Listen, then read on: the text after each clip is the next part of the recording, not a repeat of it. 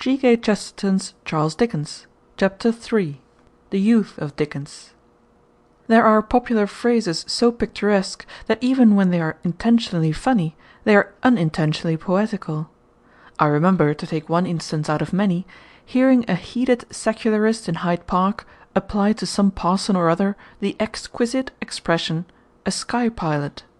Subsequent inquiry has taught me that the term is intended to be comic and even contemptuous, but in the first freshness of it I went home repeating it to myself like a new poem. Few of the pious legends have conceived so strange and yet celestial a picture as this of a pilot in the sky, leaning on his helm above the empty heavens, and carrying his cargo of souls higher than the loneliest cloud. The phrase is like a lyric of Shelley. Or, to take another instance from another language, the French have an incomparable idiom for a boy playing truant. Il fait l'école buissonnière. He goes to the bushy school, or the school among the bushes. How admirably this accidental expression, the bushy school, not to be lightly confounded with the art school at Bushey, how admirably this bushy school expresses half the modern notions of a more natural education. The two words express the whole poetry of Wordsworth, the whole philosophy of Thoreau, and are quite as good literature as either. Now, among a million of such scraps of inspired slang there is one which describes a certain side of Dickens better than pages of explanation. The phrase, appropriately enough, occurs at least once in his works, and that on a fitting occasion. When Job Trotter is sent by Sam on a wild chase after Mr. Perker, the solicitor, Mr. Perker's clerk condoles with Job upon the lateness of the hour, and the fact that all habitable places are shut up. "My friend," said Mr. Perker's clerk, "you've got the key of the street." Mr. Perker's clerk, who was a flippant and scornful young man, may perhaps be pardoned if he used this expression in a flippant and scornful sense. But let us hope that Dickens did not. Let us hope that Dickens saw the strange yet satisfying imaginative justice of the words. For Dickens himself had, in the most sacred and serious sense of the term, the key of the street. When we shut out anything, we are shut out of that thing. When we shut out the street, we are shut out of the street. Few of us understand the street, even when we step into it, as into a house or room of strangers. Few of us see through the shining riddle of the street, the strange folk that belong to the street only, the street walker or the street Arab, the nomads who, generation after generation, have kept their ancient secrets in the full blaze of the sun. Of the street at night many of us know even less. The street at night is a great house locked up. But Dickens had, if ever man had, the key of the street. His stars were the lamps of the street.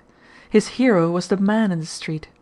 He could open the inmost door of his house, the door that leads into that secret passage which is lined with houses and roofed with stars. This silent transformation into a citizen of the street took place during those dark days of boyhood, when Dickens was drudging at the factory. Whenever he had done drudging he had no other resource but drifting, and he drifted over half London. He was a dreamy child, thinking mostly of his own dreary prospects. Yet he saw and remembered much of the streets and squares he passed. Indeed, as a matter of fact, he went the right way to work unconsciously to do so. He did not go in for observation, a priggish habit. He did not look at Charing Cross to improve his mind, or count the lamp-posts in Holborn to practise his arithmetic. But unconsciously he made all these places the scenes of the monstrous drama in his miserable little soul. He walked in darkness under the lamps of Holborn, and was crucified at Charing Cross. So for him ever afterwards these places had the beauty that only belongs to battlefields. For our memory never fixes the facts which we have merely observed.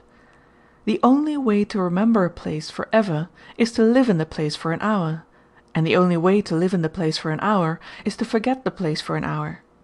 The undying scenes we can all see if we shut our eyes are not the scenes that we have stared at under the direction of guide-books. The scenes we see are the scenes at which we did not look at all, the scenes in which we walked when we were thinking about something else, about a sin, or a love affair, or some childish sorrow. We can see the background now because we did not see it then. So Dickens did not stamp these places on his mind, he stamped his mind on these places. For him, ever afterwards, these streets were mortally romantic. They were dipped in the purple dyes of youth and its tragedy, and rich with irrevocable sunsets. Herein is the whole secret of that eerie realism with which Dickens could always vitalize some dark or dull corner of London. There are details in the Dickens descriptions, a window or a railing or the keyhole of a door, which he endows with demoniac life. The things seem more actual than things really are. Indeed, that degree of realism does not exist in reality. It is the unbearable realism of a dream.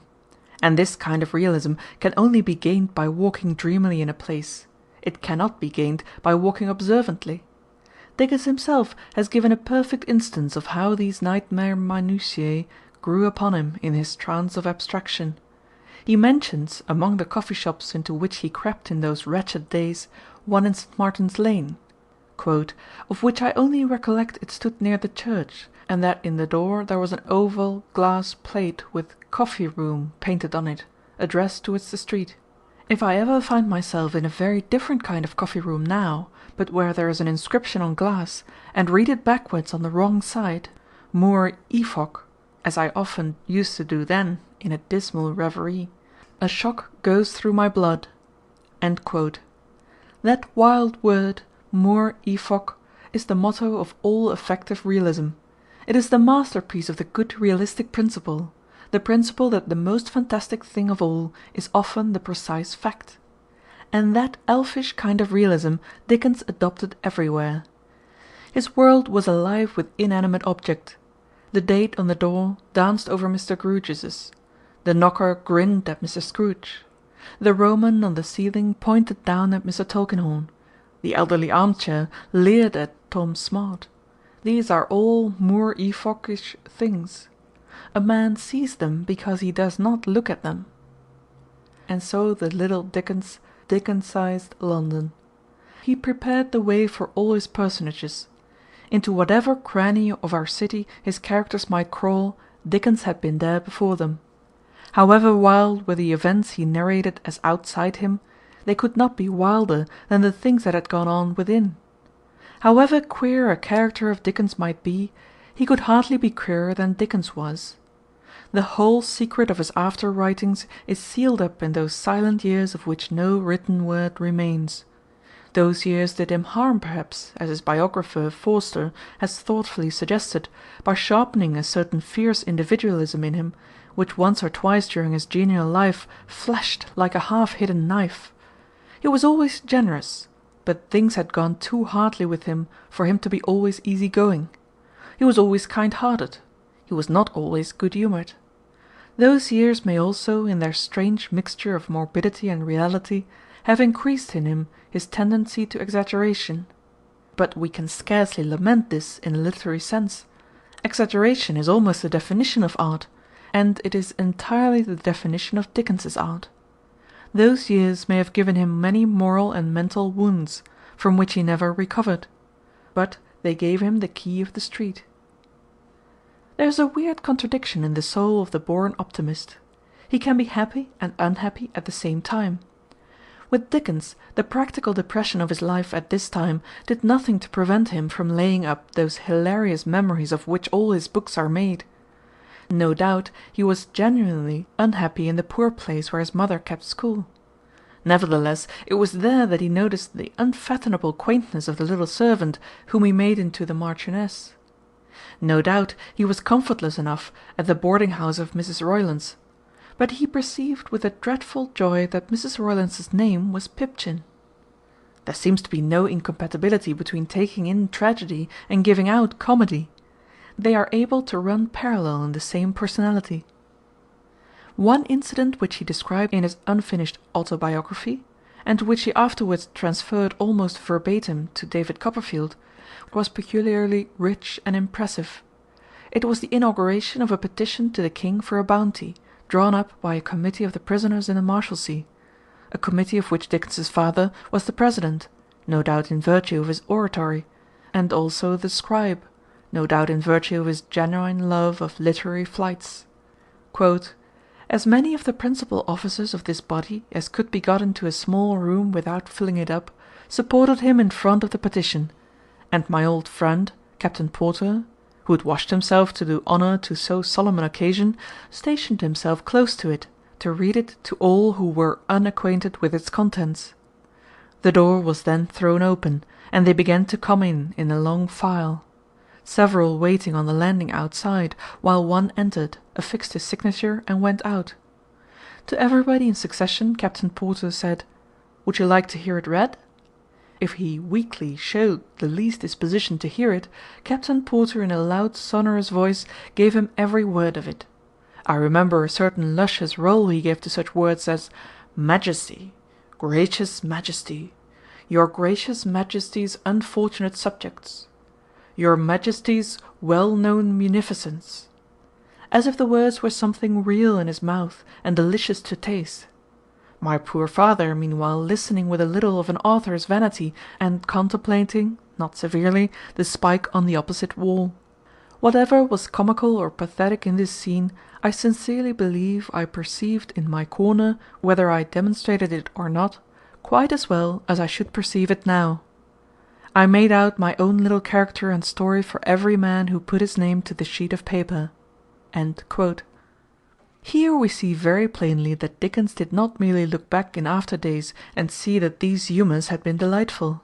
He was delighted at the same moment that he was desperate.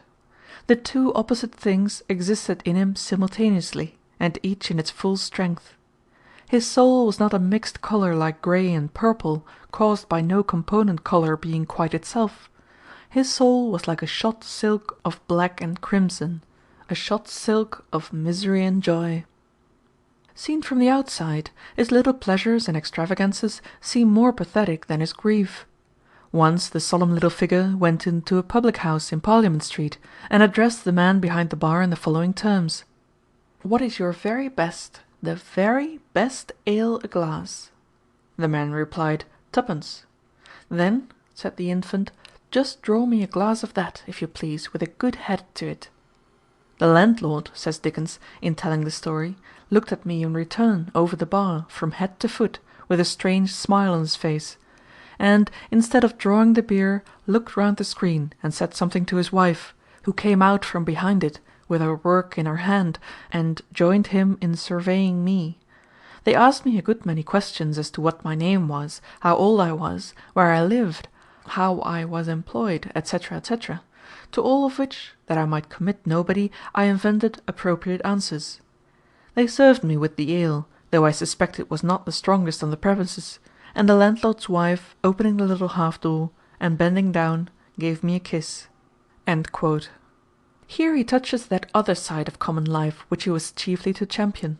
He was to show that there is no ale like the ale of a poor man's festival, and no pleasures like the pleasures of the poor. At other places of refreshment he was yet more majestic.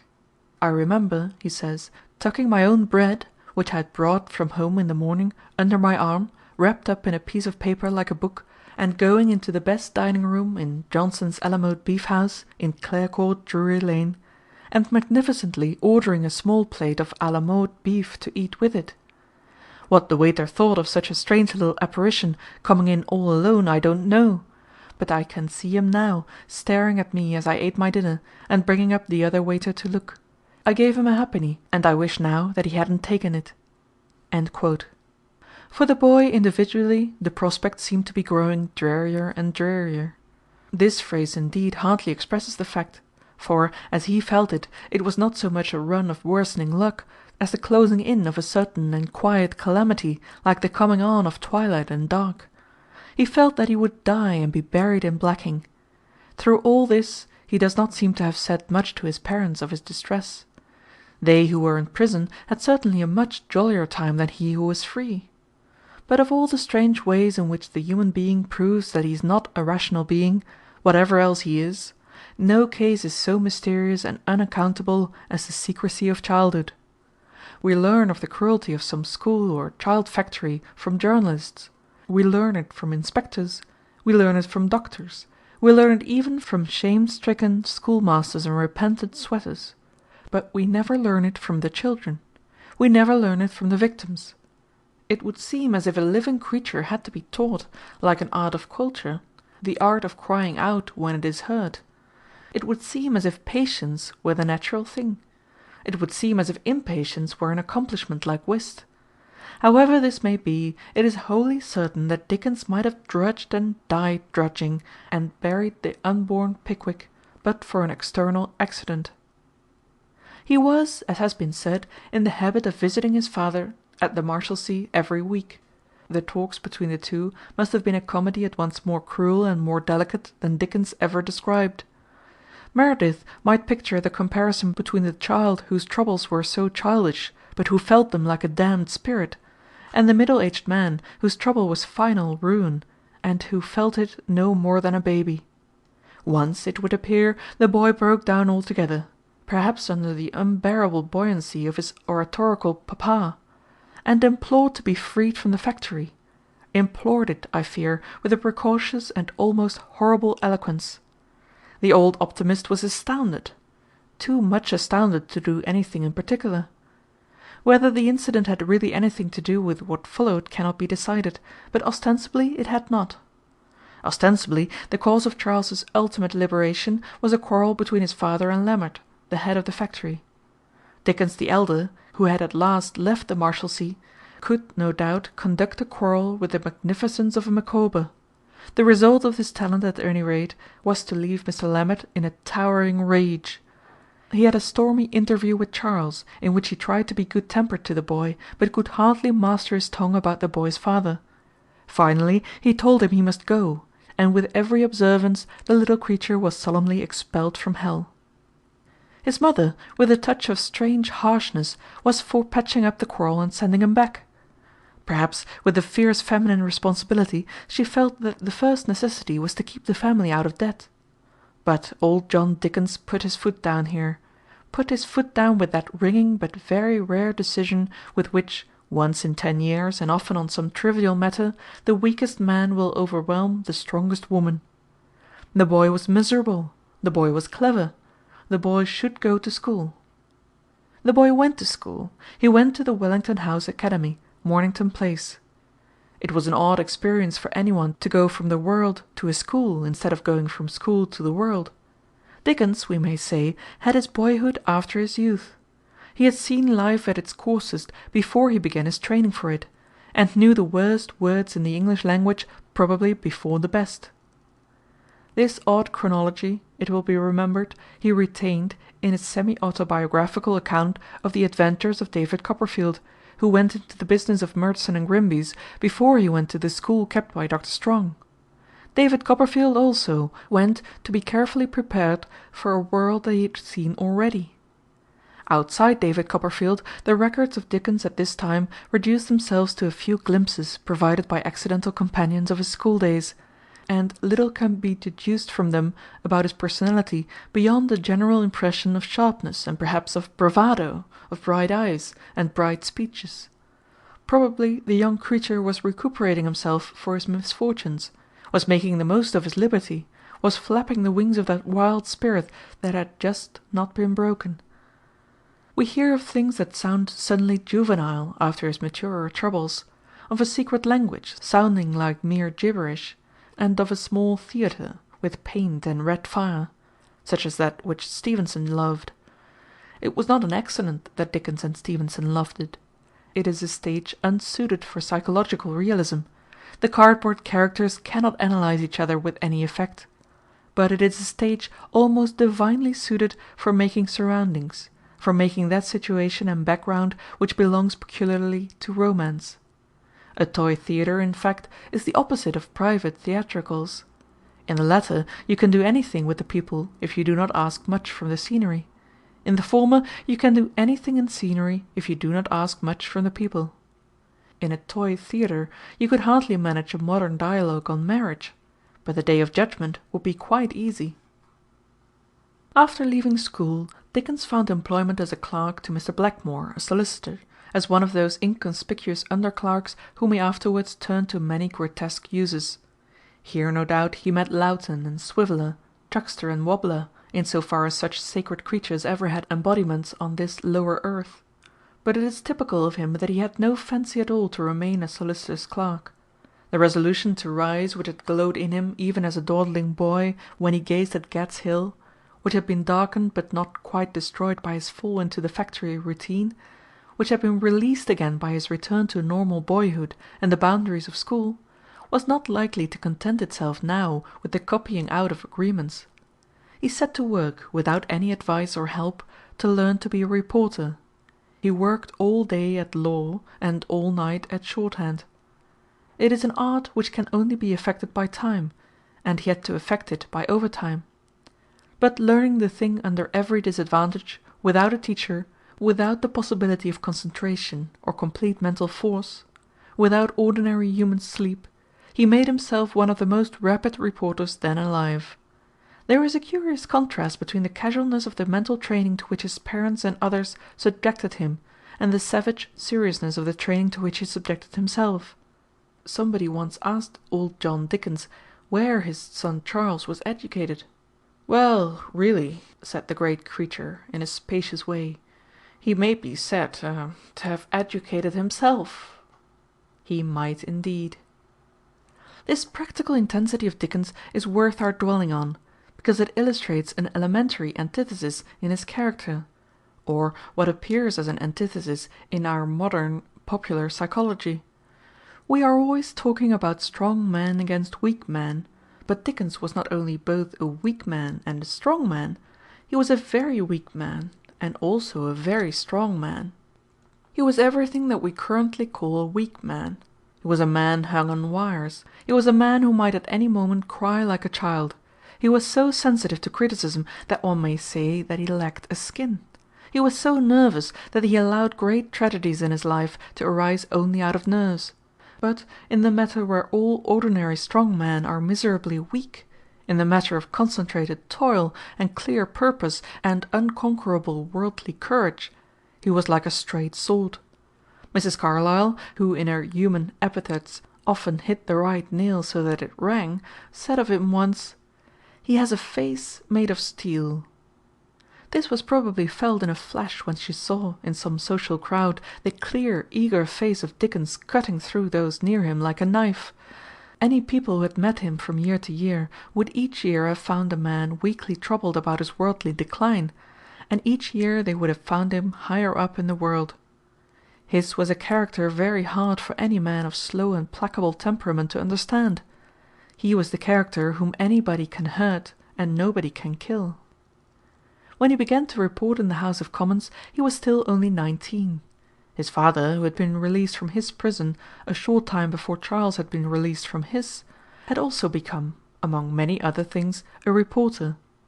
But old John Dickens could enjoy doing anything without any particular aspiration after doing it well. But Charles was of a very different temper. He was, as I have said, consumed with an enduring and almost angry thirst to excel. He learned shorthand with a dark self-devotion as if it were a sacred hieroglyph. Of this self-instruction, as of everything else, he has left humorous and illuminating phrases.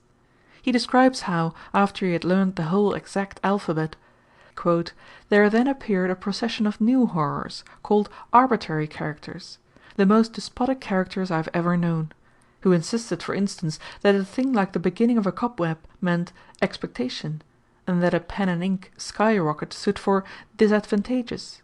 End quote. He concludes, "It was almost heart-breaking." But it is significant that somebody else, a colleague of his, concluded, "There never was such a shorthand writer." Dickens succeeded in becoming a shorthand writer, succeeded in becoming a reporter, succeeded ultimately in becoming a highly effective journalist. He was appointed as a reporter of the speeches in Parliament, first by the True Sun, then by the Mirror of Parliament, and last by the Morning Chronicle. He reported the speeches very well, and, if we must analyse his internal opinions, much better than they deserved. For it must be remembered that this lad went into the reporters' gallery full of the triumphant radicalism which was then the rising tide of the world. He was, it must be confessed, very little overpowered by the dignity of the Mother of Parliaments.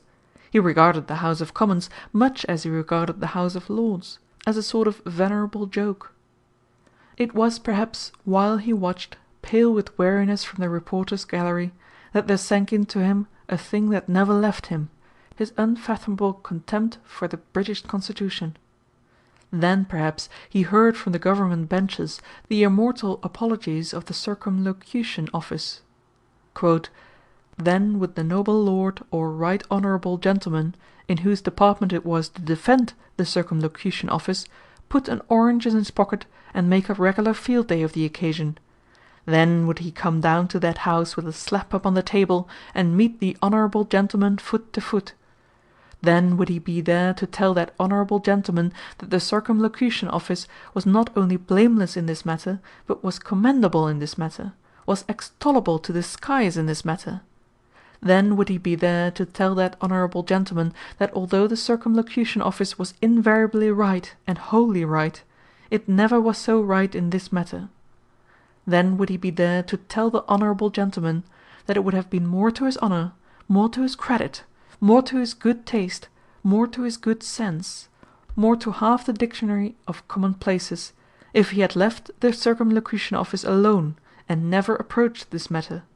Then would he keep one eye upon a coach or crammer from the Circumlocution Office below the bar, and smash the honourable gentleman with the Circumlocution Office account of this matter. And although one of two things always happened, namely, either that the Circumlocution Office had nothing to say, and said nothing, or that it had something to say, of which the noble lord or right honourable gentleman blundered one half and forgot the other. The Circumlocution Office was always voted immaculate by an accommodating majority." We are now generally told that Dickens has destroyed these abuses, and that this is no longer a true picture of public life. Such, at any rate, is the Circumlocution Office account of this matter. But Dickens as a good radical would, I fancy, much prefer that we should continue his battle than that we should celebrate his triumph, especially when it has not come. England is still ruled by the great Barnacle family. Parliament is still ruled by the great Barnacle Trinity, the solemn old Barnacle who knew that the Circumlocution Office was protection, the sprightly young Barnacle who knew that it was a fraud, and the bewildered young Barnacle who knew nothing about it. From these three types our cabinets are still exclusively recruited. People talk of the tyrannies and anomalies which Dickens denounced as things of the past, like the Star Chamber. They believe that the days of the old stupid optimism and the old brutal indifference are gone forever. In truth, this very belief is only the countenance of the old stupid optimism and the old brutal indifference. We believe in a free England and a pure England, because we still believe in the Circumlocution Office account of this matter.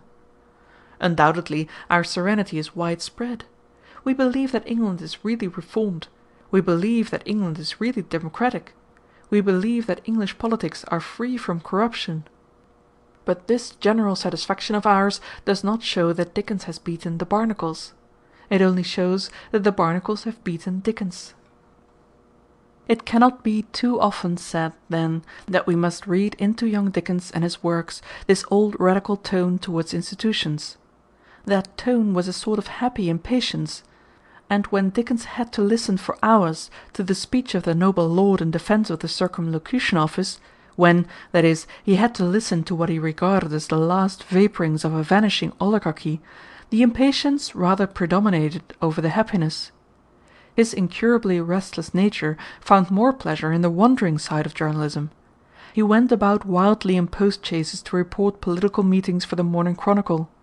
And what gentlemen they were to serve, he exclaimed, in such things at the old Morning Chronicle, great or small it did not matter. I've had to charge for half a dozen breakdowns in half a dozen times as many miles.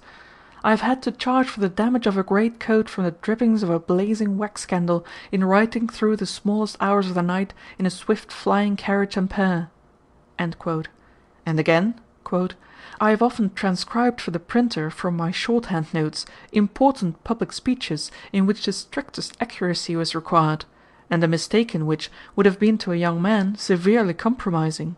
Writing on the palm of my hand, by the light of a dark lantern, in a post-chaise and four, galloping through a wild country and through the dead of the night, at the then surprising rate of 15 miles an hour."